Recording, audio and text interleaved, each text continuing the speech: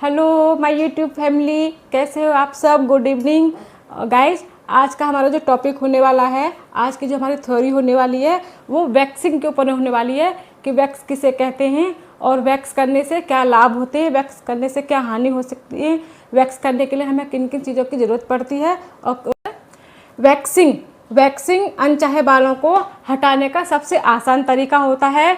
Waxing उन बालों को भी आसानी से निकाल देती है जिसे थ्रेडिंग की सहायता से नहीं निकाला जा सकता है। वैक्सिंग करते समय थोड़ा दर्द सहन करना पड़ सकता है क्योंकि यह बालों को जड़ से निकालता है।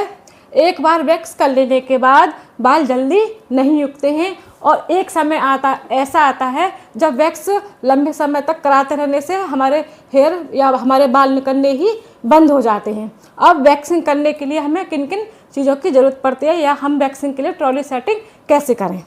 Waxing trolley setting. वैक्सिंग करने के लिए हमें किन किन चीज़ों की ज़रूरत पड़ती है, यानी हमें वैक्स करने के लिए अपनी ट्रॉली सेटिंग कैसे करनी चाहिए। First wax, second wax heater, third waxing strips, fourth waxing knife, fifth powder puff, six big bowl, seven wet towel, eight big towel client के लिए, नाइन एक gown, 10 medium bowl waxing strips रखने के लिए, Dettol, 12 sunscreen lotion यानी SPF, 13 Lactocalamine, 14 गिलास और पानी। ठीक है। वैक्सिंग करने के कई तरीके हैं जिससे आप अपने शरीर के बाल निकाल सकते हैं। अब परमानेंट तरीका, इसमें इलेक्ट्रोलिसिस विधि के द्वारा शरीर के बाल निकाले जा सकते हैं।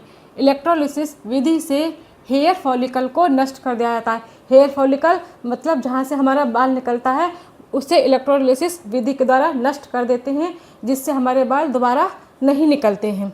दूसरा आता है टेम्परेरी तरीका। टेम्परेरी तरीके से हम किस तरह से बाल निकालते हैं, एक वैक्सिंग के द्वारा, दूसरा थ्रेडिंग के द्वारा। अब अलग अलग पार्ट पर अलग अलग हेयर रिमूवर के लिए हम किस किस विधि से अपने शरीर के बाल निकाल सकते हैं।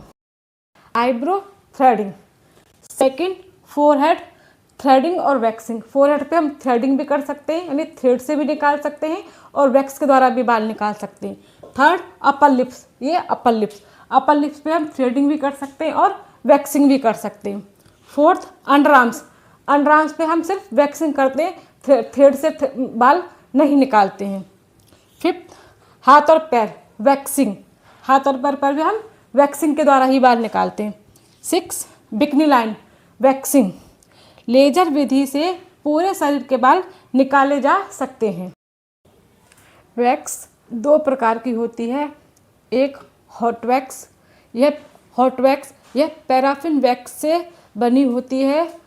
हॉट वैक्स में स्ट्रिप्स का उपयोग नहीं होता है।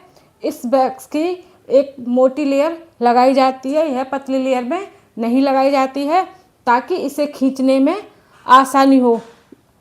यह वैक्स अपर लिप्स, चिन और फोरहेड पर की जाती है। अब कोल्ड वैक्स, यह वैक्स अर्धठोस रूप में बाजार में या मार्केट में मिलती है। यह वैक्स चीनी, साइट्रिक एसिड और नींबू के रस से बनी होती है।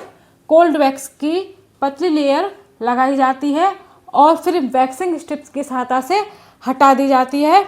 इसका प्रयोग हाथ पैर, अंडर आर्म्स, कमर, पेट आदि के बाल निकालने के लिए किया जाता है। गाइज, ये थी हमारी वैक्स की थ्योरी। अब वैक्सिंग की आगे की थ्योरी, वैक्स करने के लाभ, वैक्स करने की हानियाँ और वैक्स करने का प्रोसेस क्या होता है, इसकी थ्योरी मैं आगे आपको पार्ट 2 में दूंगी।